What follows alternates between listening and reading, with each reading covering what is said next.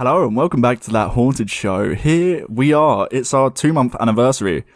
I didn't think we'd actually get that far. I'm kind of all over the place at the moment. I kind of have like fleeting obsessions, and I kind of had the thought in the back of my mind that this might be one of them, but hey, we're still here 2 months later. We're going strong. We're doing well. The ball's rolling. We're increasing our following, getting regular streams, and well, hopefully the main thing is I hope you're enjoying the show. It's 100% something I'm really enjoying doing each week. It's just looking up different things each week, new topics, new ideas and all that.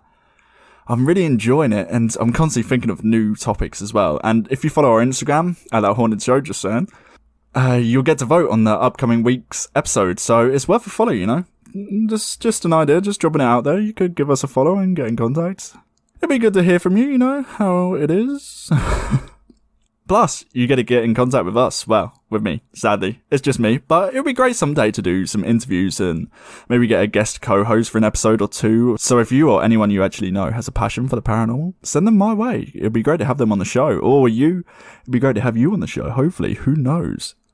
Also, you may have noticed we have some new artwork too. We've had so many amazing, just great artwork designs come in. But working with someone, I actually commissioned this one, and I can actually say it is perfect. I've never done so much commission work in my whole life, but of course we had the intro composed and produced on Fiverr, and our new artwork completely just blew my mind. It was so good, and it's by a seriously talented artist. Like, if they're happy with it, I'll put their page in the show notes, because they came through. They blew it out of the park. It was just a home run. It just look, it's amazing. Like, I had no idea what I wanted. They were super professional, pulled it right out of the bag. Now, hopefully, our artwork has actually changed finally. On every podcast hosting site you actually listen to, it's taken me a while to actually get everything changed, because my distributor, I'm actually using Anchor, it just has such a long delay to actually do anything. And I'm still waiting to go on 2 other platforms. I haven't heard anything back, but yeah, hopefully by the time this episode goes out, you may actually have seen the new artwork. If not, like I said, our Instagram page, you know what it is, The Haunted Show. Come have a look, because it is amazing.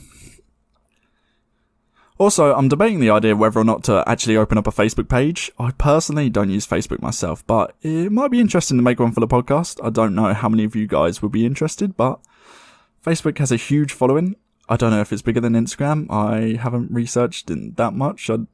Socials really aren't that much to me. I use the Instagram quite a bit, yeah, but as of Facebook and Twitter and stuff like that, yeah, I've got Twitter, but I barely use it anymore. So Facebook, I can't even speak. It would be good to hear from you. So maybe you could give us a follow on there. I think I did make one. I don't know if there's anything actually on it. I'm pretty sure it's just the same, That Haunted Show, all one word. The usual.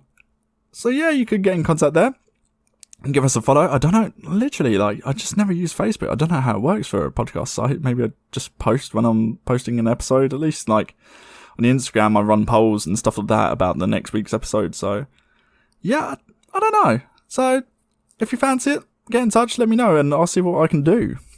Also, again, apologies at the moment if you have been trying to reach out on the Instagram. I'm currently going through an action block. For some reason, I got blocked because I guess I liked too many pictures or something like that. So yeah, I don't really know what to say there. I'm sure it's going to get fixed. But isn't that the whole reason of Instagram, to like pictures, right? It's a image sharing platform. Yeah, so whatever, I guess it will sort itself out eventually. So if I haven't replied to you or haven't posted, well, you know why. Take it up with Insta. If you can get me unblocked, that would be great. Maybe if enough of you kick up a fuss, and maybe I might be free, because Instagram prison is not the one.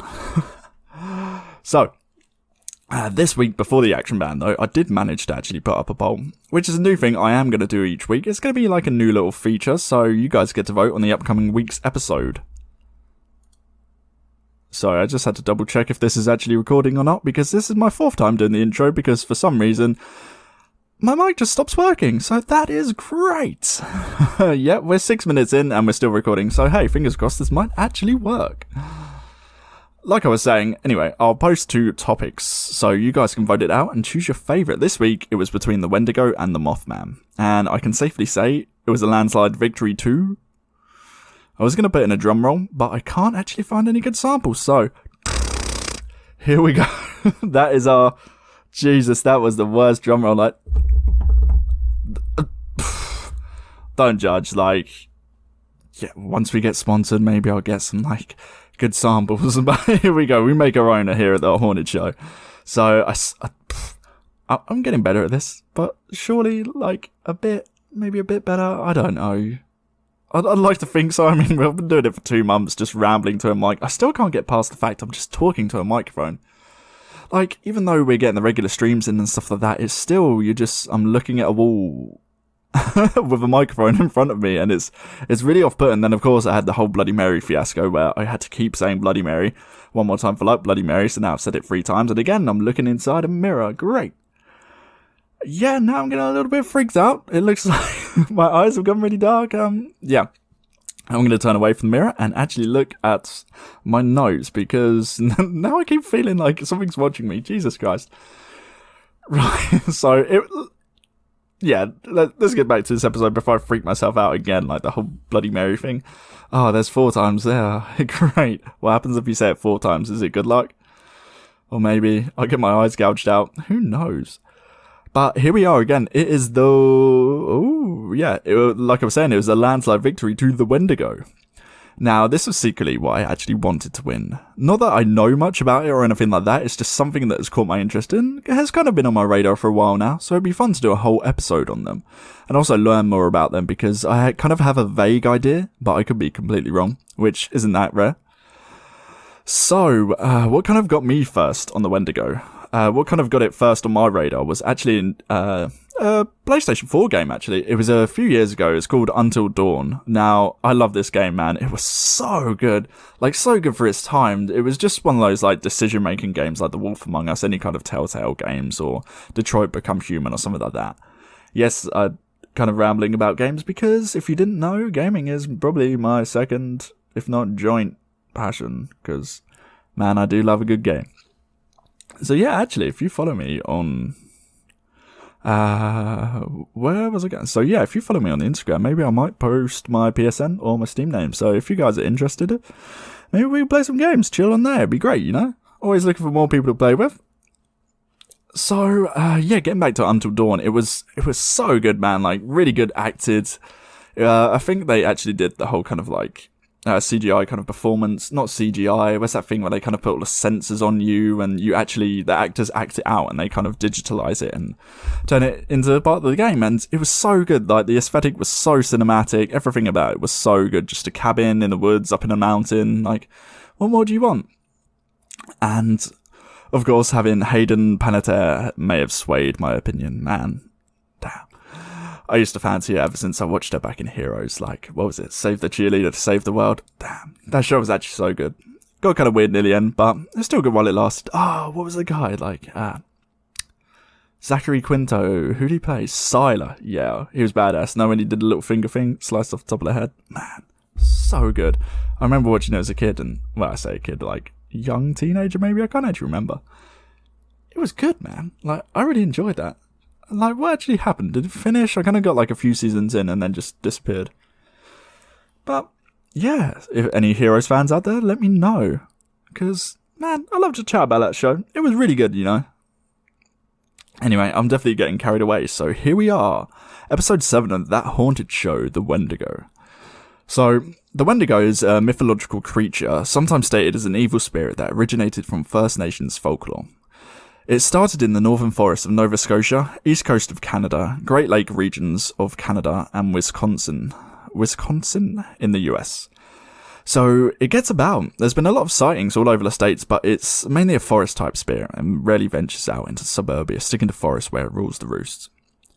Now, the Wendigo is stated to look different in different places and different folklores, but the most common is this kind of scrawny, gangly, slightly human-looking thing that's skin is just pure white and barely even resembles skin anymore.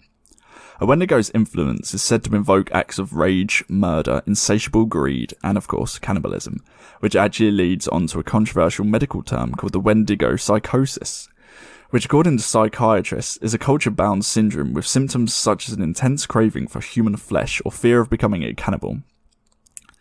And in some Wendigo folklore, it's said that once you give in to the spirit of the Wendigo, and you take that first bite of human flesh, you are now the Wendigo. There is no you left inside, and there never will be. You'll be forever hungry, and the only thing you can physically keep down is human flesh. So, anyone looking to turn to Wendigoism, I hope you're not a vegan, and good luck if you are, because damn, it sounds a bit grim. In terms of the Wendigo's first appearance in the non-indigenous world, this would be in a short story by Algernon Blackwood. The book, aptly titled The Wendigo, was released in 1910 and has so influenced many of the subsequent portrayals that followed in the mainstream.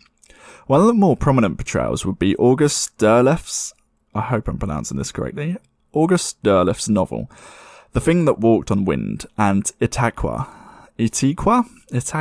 released in 1933 and 1941.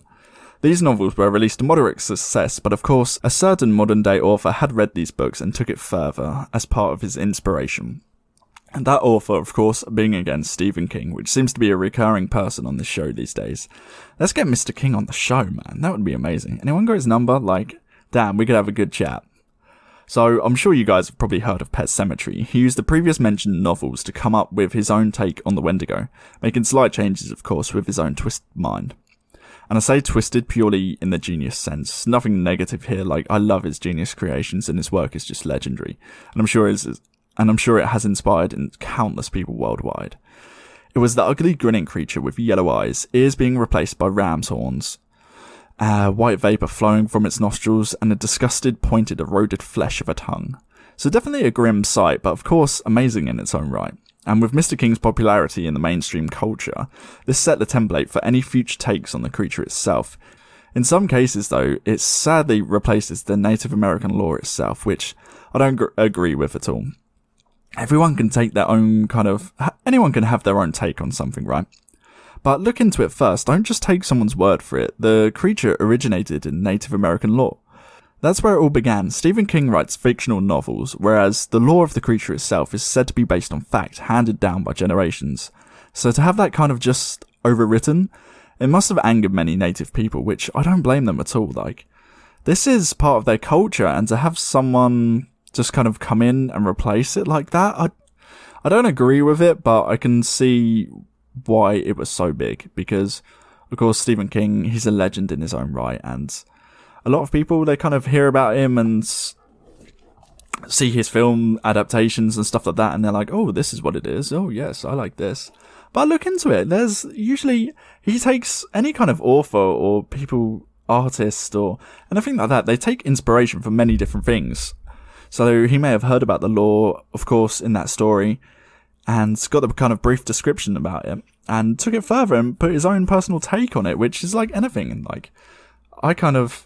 nah, that's a poor example. I can't really say me. I put my own take on a podcast. I'm just reading out things and facts about stuff I found and write my own script about them. So I guess in a way I'm portraying my own take on the Wendigo, even though I'm just reading other people's takes. So yeah, credit where credit's due. I'm not really doing anything. I'm just rambling into a microphone, which is what I do every week, and I hope you guys enjoyed.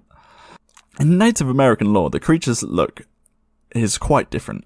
Due to their insatiable hunger, it's reflected in their appearance, looking extremely thin, almost just flesh and bones and nothing else. Some actually, though, are described as giants, being nearly 15 feet in height.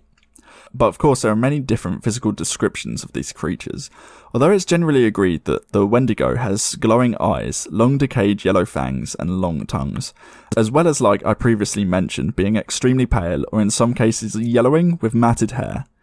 Well, what's left of it anyway, as the skin is decaying and it could have fallen off in chunks. I've got pictures of them in front of me right now. Yeah, they're really quite grim.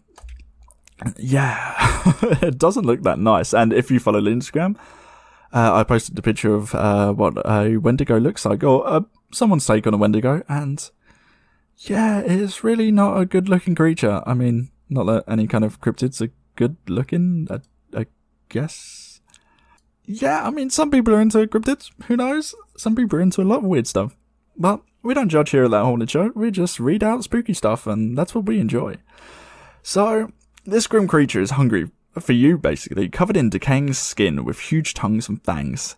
So yeah, I think I'll pass on a kiss from a Wendigo. I can't imagine anything worse, actually. especially the fact that they only eat decaying flesh, so their breath is going to be absolutely grim.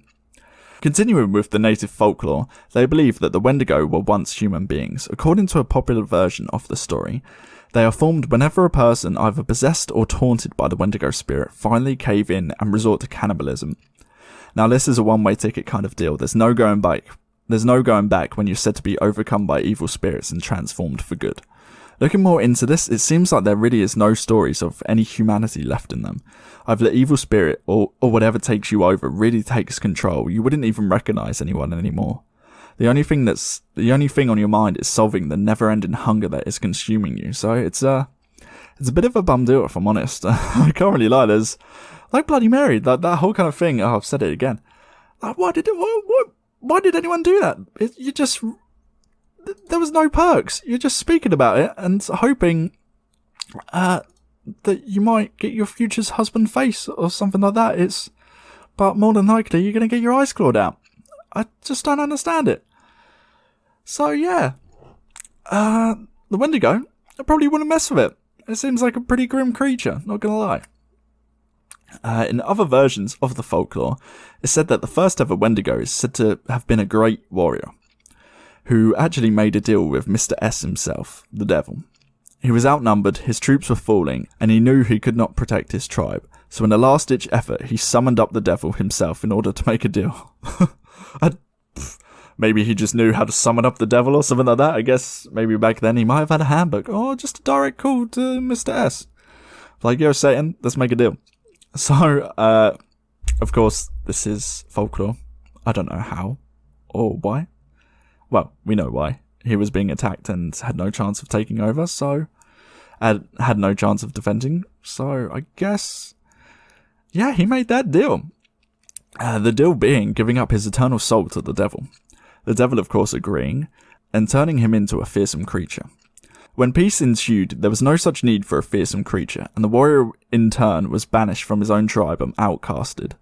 Some do believe the human that the Wendigo actually takes over. Basically, there is a theory where the person inside is frozen inside them, but sometimes the heart can work, and that is the person inside trying to break free or something like that. So there is theories about people getting out and stuff like that, but there has never been someone returning from being in this Wendigo form. It looks like it is a permanent kind of thing, and there is no escape. So the person is frozen, stuck inside, forever seeking a way out, but with no avail. A few other legends state that the only way to kill a Wendigo is by, of course, killing the human within it as well, or what's left of the human at least. Now, there are one or two stories out there that once you have killed the creature, you can remove the human inside, but there isn't much to them, and they appear to just be some kind of fictional stories. At least, according to the native lore I've looked up, once a Wendigo is actually formed, there is no exit. These are just kind of stories out there and kind of accusations of people coming back from being possessed by a Wendigo. I mean, like any kind of possession, there are rare examples, well, not even rare. Like, demonic possessions and stuff like that, of course, are rare phenomena. But sometimes you can get out of it. You can actually get to the other side and be free and stuff like that. There is help out there. And yeah, in some cases, some people do make it to the other side and they do kind of recover. And I mean, you're going to be forever traumatized from what actually happened. But some people do get out and live a normal life and try to get over what actually happened. But looking into the Wendigo kind of phenomena and stuff like that, there's not much chance of it actually happening with this. I've kind of scoured the internet for what I could find, and there's literally just one or two stories with no credentials or anything like that, so you kind of hold them at face value and yeah, make your own kind of take on it. If you believe it, then who knows, maybe you may know more than me, because I don't know much. I'm just kind of looking up, scripting what I can and making some notes. Now, this creature is often confused with the rake phenomena, which, fair enough, they do look very similar. Now, I don't know too much about the rake. The only thing I kind of know about it is reading the creepypasta as a kid. And yes, I used to read them all the time, and on occasion, I still do. They were a solid, and hey, if you didn't want to sleep that night, have a little have a little look on Creepypasta, always a solid choice for an all-nighter. Now the rake, or at least what I remember of the story on there, and granted, yes, it was pretty scary, but it wasn't anything amazing. I can't remember it scaring me too much, but that was the first time I ever heard of it, and these days, I hear about it a lot.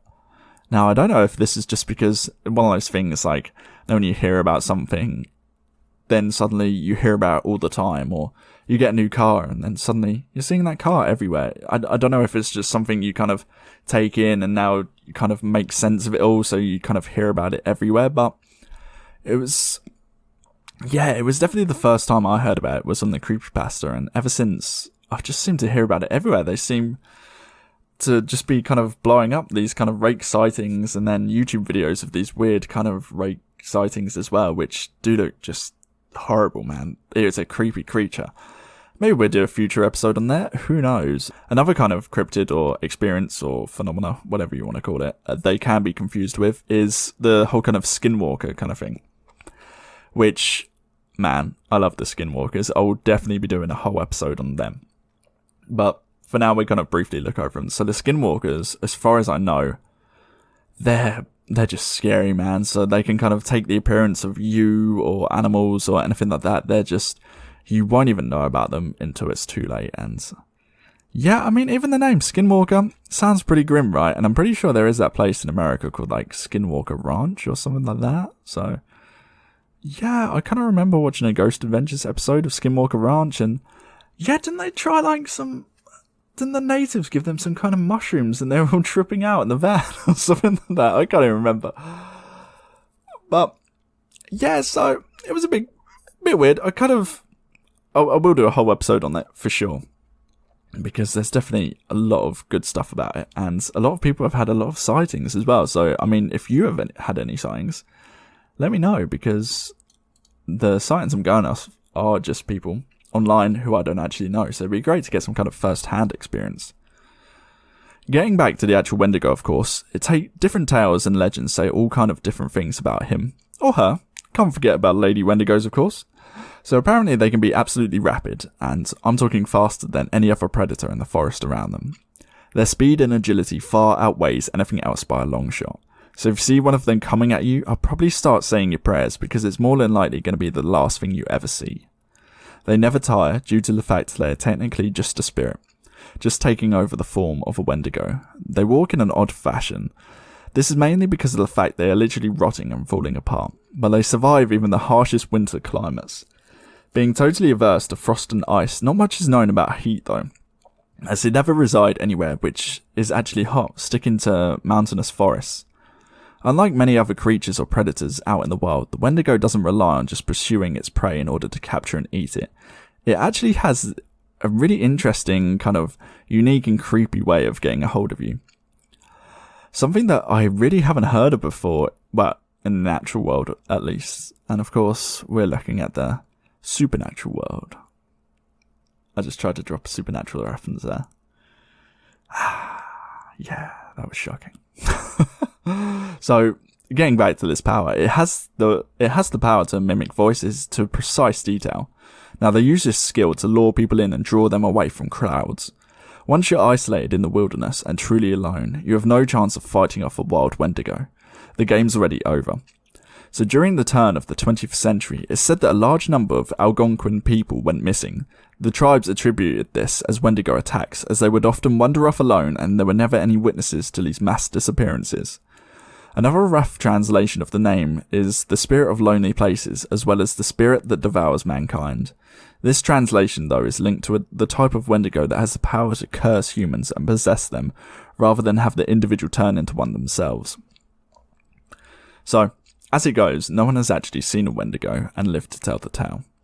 So it all appears that this is folklore and stories passed down through generations. It seems like there is a lot of likeness and similarities in every tale. A skinny, tall, bony, humanoid-looking creature with elongated limbs, claw-like nails, and with a terrifying face and razor-sharp teeth. Apparently it's common that you can tell the more stronger and older Wendigos apart, as the large giant ones are said to be this way due to the fact of the sheer amount of people that they have eaten. So yeah, it's a pretty grim thing, like, they grow due to the fact of the amount of people that they have eaten, which, yeah, that's pretty, I mean, it makes sense. So they kind of, although they're dead, they've got this insatiable hunger and they can't keep anything down apart from human flesh, which is a common theory at least. So I guess if they continue to eat flesh instead of kind of getting large and fatter, I guess they grow taller and maybe stronger or something like that. So yeah, that's definitely, if you see a tall one, damn, I'd definitely run the hell out of there. Its eyes are,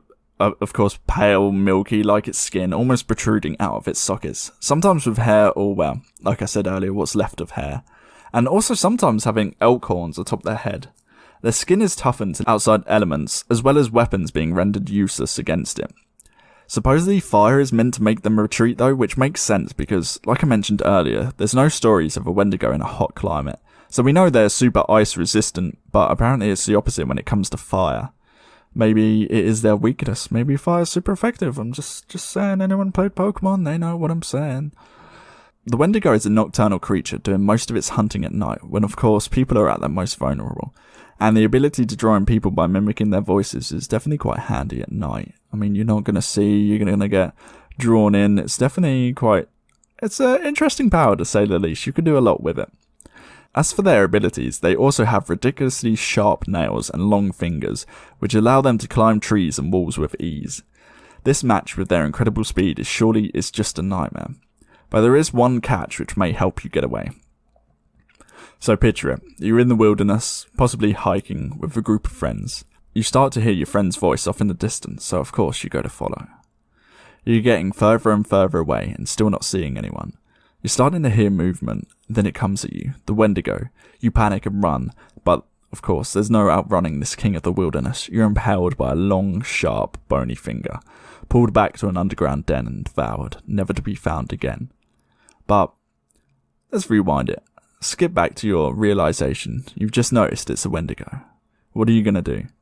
We know if you run, you've got no chance. You're going to get taken. Freeze. We've all seen Jurassic Park, right? You stand there still, and the T-Rex doesn't see you.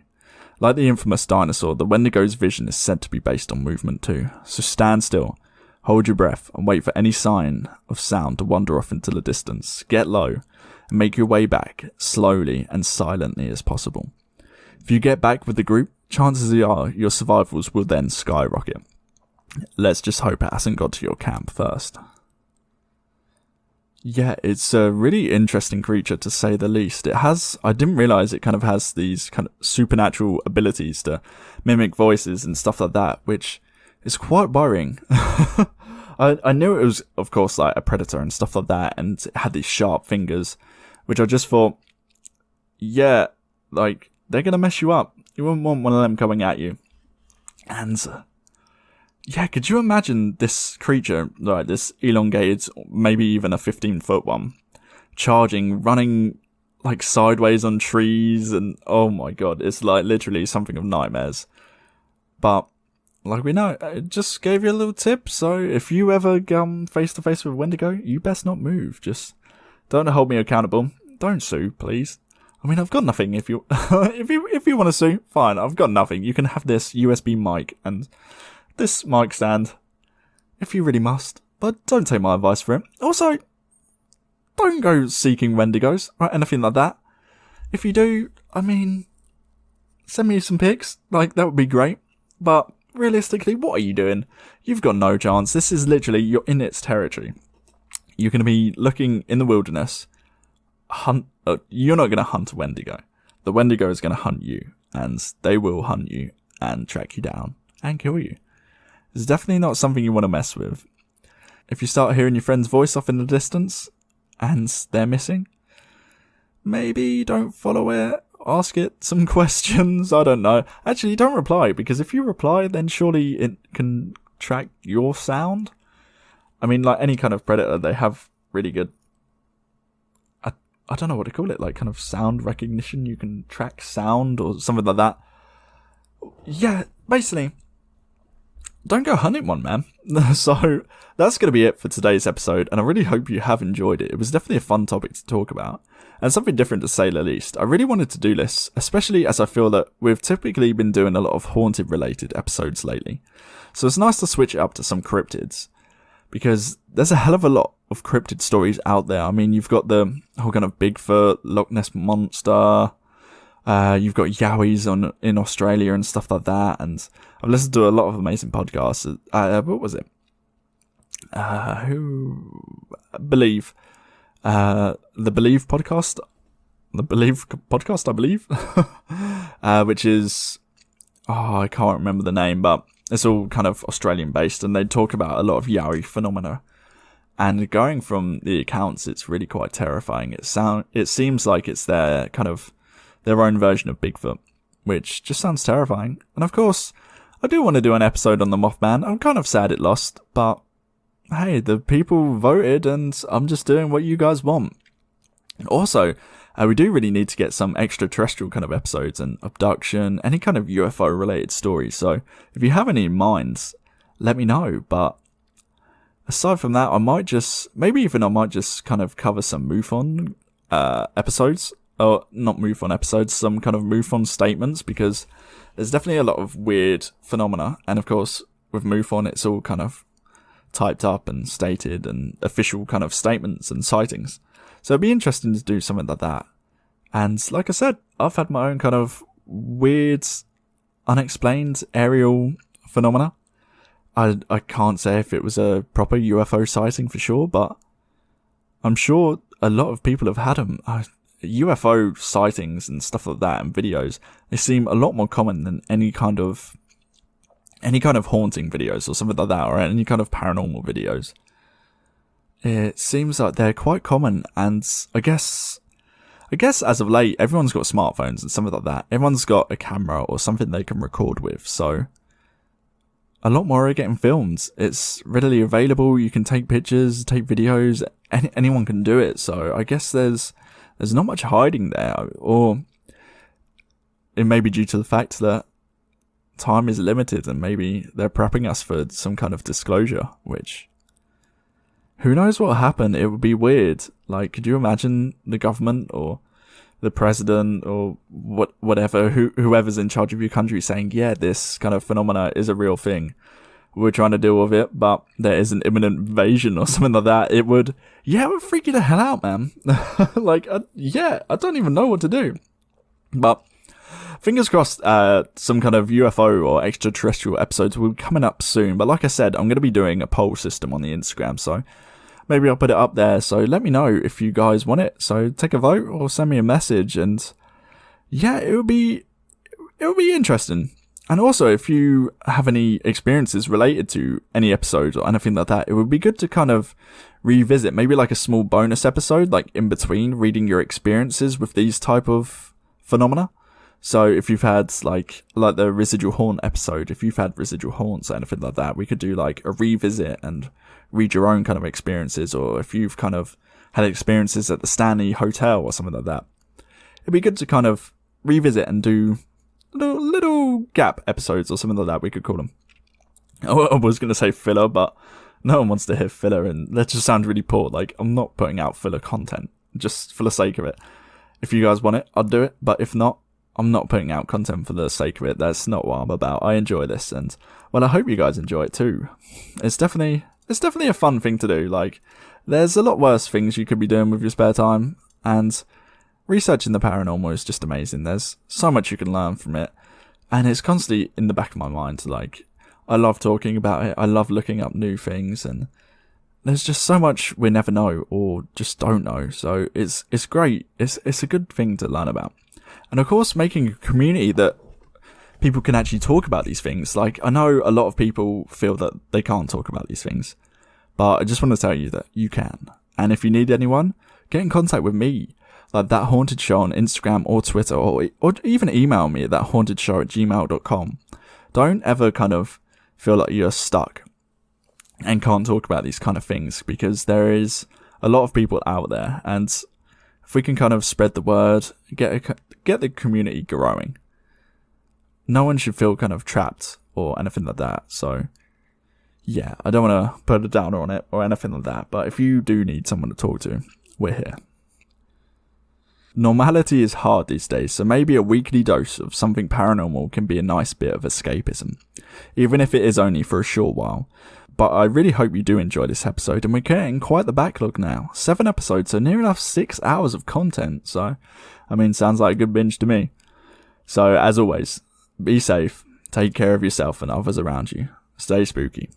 Good night.